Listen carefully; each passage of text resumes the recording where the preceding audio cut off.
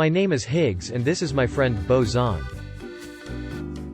Welcome to the Higgs world. Thanks for the introduction, Higgs. In this presentation, our goal is to offer you a quick summary of the research and conclusions. We follow inquiry-based learning model where students take lead in learning.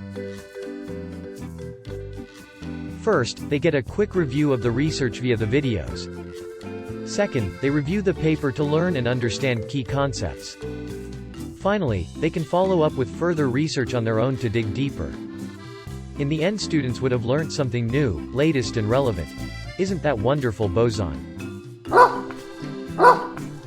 Great point, Higgs. Please follow the links to review the research in further details. We want to thank all the authors and publishers for making this research public, thereby advancing science and innovation. Please like, share and subscribe. Today, we are reviewing a paper titled, Aerobes and Phototrophs as Microbial Organic Fertilizers.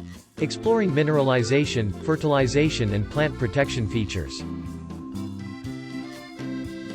Organic fertilizers and especially microbial biomass, also known as microbial fertilizer, can enable a paradigm shift to the conventional fertilizer to food chain, particularly when produced on secondary resources. Microbial fertilizers are already common practice. Yet microbial fertilizer blends to align the nutrient release profile to the plant's needs are thus far unexplored. Moreover, most research only focuses on direct fertilization effects without considering added value properties, such as disease prevention. That is wonderful information, Higgs. This study has explored three promising types of microbial fertilizers, namely dried biomass from a consortium of aerobic heterotrophic bacteria, a microalga and a purple non-sulfur bacterium.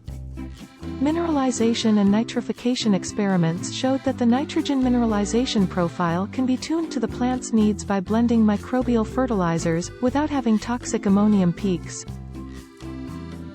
That is so intriguing, Boson. In a pot trial with perennial ryegrass, the performance of microbial fertilizers was similar to the reference organic fertilizer, with cumulative dry matter yields of 5.6 to 6.7 grams per pot.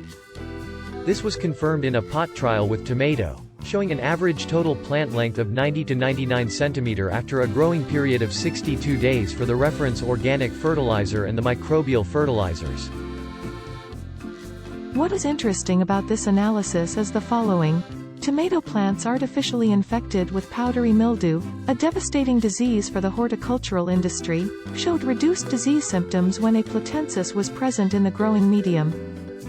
Great point, Boson. These findings strengthen the application potential of this novel class of organic fertilizers in the bioeconomy, with a promising match between nutrient mineralization and plant requirements, as well as added value in crop protection.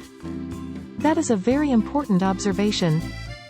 To conclude, this study shows that microbial biomass is an excellent means for innovative and sustainable nutrient recycling, yielding microbial fertilizers very well capable of replacing conventional organic fertilizers. Depending on the specific fertilization needs of a particular crop, a tailor-made slow-release organic fertilizer blend can be composed and supplied gradually, maximally aligning with the plant's needs throughout its growing period. Finally, improved plant product quality and disease resistance can also be accomplished by microbial fertilizers, rendering their application interesting not only in the context of sustainability but also from an economic point of view. That was an interesting paper. Hope you liked it. Please follow the links to review the research in further details. Please like, share and subscribe.